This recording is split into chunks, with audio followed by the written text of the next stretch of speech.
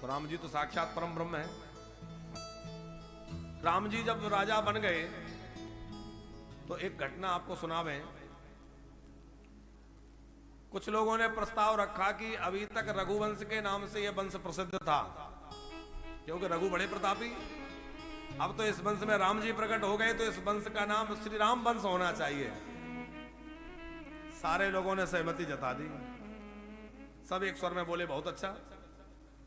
एक वयोवृद्ध तपस्वी ब्राह्मण थे, वो मौन बैठे रहे। राम जी उनके भाव को समझ गए, पूछा भाई ब्राह्मण देवता आप क्यों मौन है, आप सहमत नहीं है? वो बोले मैं सहमत रहूं या ना रहूं क्या फर्क पड़ता है, इतने लोगों की सहमति है, जो होना है करिए। बोले नहीं नहीं आप अपनी बात कहिए। राम जी तो जब एक कुत्ते तक की बात सुनते हैं तो ये तो ब्राह्मण देवता है, कहिए आप।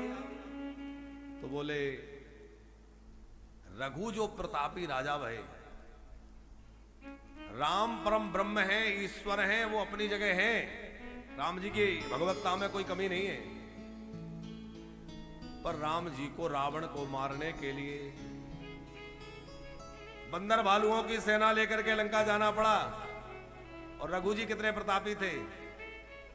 एक बार रावण ने रघु के समय में अयोध्या पे आक्रमण किया। रघु जी सरयू जी के तट पे उस समय संध्या बंदन कर रहे थे और रघु जी ने रावण को आया हुआ देखा तो रेत को बराबर करके रेत में उंगली से निशान वो बनाया चित्र। तुम्हारी लंका ऐसे ही है?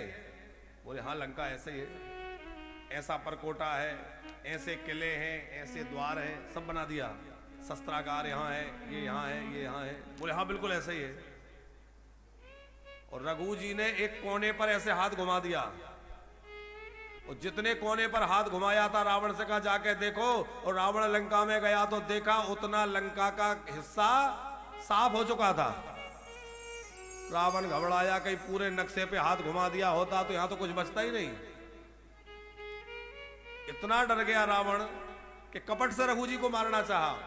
और रघु जी ने जब धनुष पर बाण चढ़ाया, ब्रह्मा जी सामने आ गए कि मत मारिए नहीं तो मेरा वचन झूठा हो जाएगा। बोले मेरा बाण उठ चुका। बोले इसी बाण से रावण मरेगा। वही बाण ब्रह्मा जी ले गए। रावण ने वरदान मांगने के समय पे ब्रह्मा जी से वो वरदान में बाण ले लिया, उसको घर में चुनवा दिया। और विभीषण ने क्या भेद बतलाया, कहते हैं ना विभीषण ने भेद बतलाया, तो नाभि में पीयूष है वो तो बतलाया, पर एक भेद ये बतलाया कि जब तक वो बाण रघु का इसके पास है ये मरेगा नहीं। हनुमान जी ब्राह्मण वेश में गए, मंदोदरी से उसका रहस्य जाना, और जैसे ही बाण का पता चला हनुमान जी खंभ को तोड़ के बाण निकाल के लाए और ला करके राम जी के हाथ में दिया।